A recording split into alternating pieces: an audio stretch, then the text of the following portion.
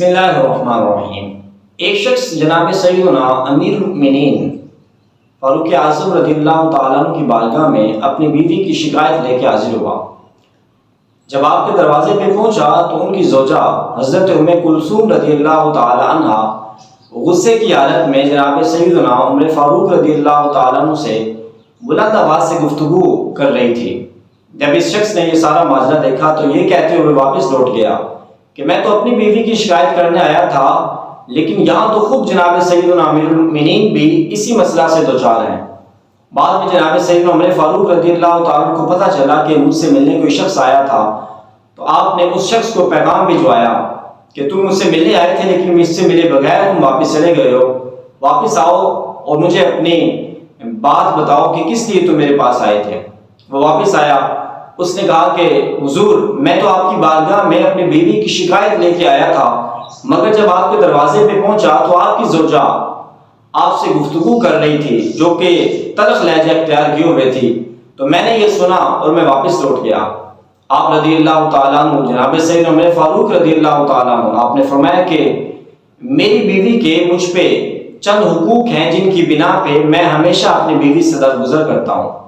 فرمایا ان میں سے پہلا حق یہ ہے کہ وہ مجھے جہنم کی آگ سے بچانے کا ذریعہ ہے، اس وجہ سے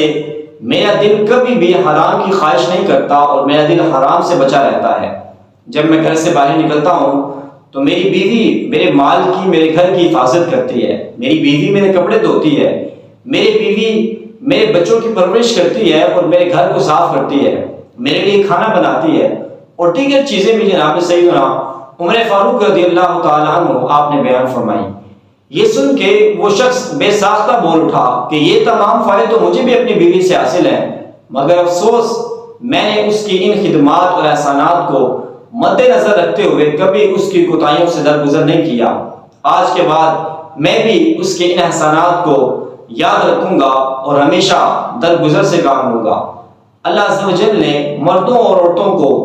جنسی بے راہ روی اور وسوسہ شیطانی سے بچانے، نیز نسل انسانی کی بقا و بڑھوتری اور قلبی سکون کی فراہمی کے لیے انہیں جس خوبصورت رشتے میں پڑو دیا ہے وہ رشتہ ازدواج کہلاتا ہے۔ بیوی کی تلخ باتوں پہ انسان کو صبر کرنا چاہیے۔ اگر انسان کبھی بیوی کی تلخ باتوں پہ صبر کرے تو اللہ تعالیٰ انعامات سے نوازتا ہے۔ حضرت جناب سیدنا احمد کبیر الرفاعی علیہ رحمہ یہ وہ شخص تھے کہ جنہیں مقام و مرتبے کے لحاظ سے لوگ دور دور تک جانتے تھے۔ کسی شخص نے حضرت جناب سیدنا احمد کبیر الرفاعی علیہ رحمہ کو خواب میں دیکھا، اور کیا دیکھتا ہے کہ جناب سیدنا احمد کبیر الرفاعی علیہ رحمہ خواب میں جنت کی سیر کر رہے ہیں۔ یہ شخص صبح اٹھا، لوگوں سے پوچھا کہ یار میں نے رات ایسے شخص کو دیکھا ہے، کیا آپ جانتے ہیں کہ ایسا شخص کہاں پہ رہتا ہے؟ لوگوں سے پتہ معلوم کیا تو پتہ چلا کہ وہ فلاں جگہ پہ رہتے ہیں۔ احمد کبیر الرفاعی علیہ رحمہ سے ملنے کے لیے ان کے علاقے میں گئے، دروازے کو نوک کرنے لگے تو احمد کبیر الرفاعی علیہ رحمہ کی زوجہ آپ کی بیگم اندر آپ سے جھگڑا کر رہی تھی۔ اس شخص نے باہر سنا تو بڑا حیران ہوا کہ میں تو اس شخص کو رات جنت میں دیکھ چکا ہوں اور اس کی بیوی کا اس کے ساتھ یہ رویہ ہے۔ دروازے پہ کھڑا رہا، کچھ دیر بعد دروازہ نوک کیا، احمد کبیر الرفاعی علیہ رحمہ باہر آئے، سلام دعا ہوئی اور کہنے لگے یہ شخص کہ حضرت آپ ایسی بیوی کو چھوڑ کیوں نہیں دیتے کہ جو آپ سے لڑتی جھگڑتی رہتی ہے؟ تو احمد کبیر الرفاعی علیہ رحمہ فرمانے لگے کہ بندہ خدا اگر میں ایسی بیوی کو چھوڑ دوں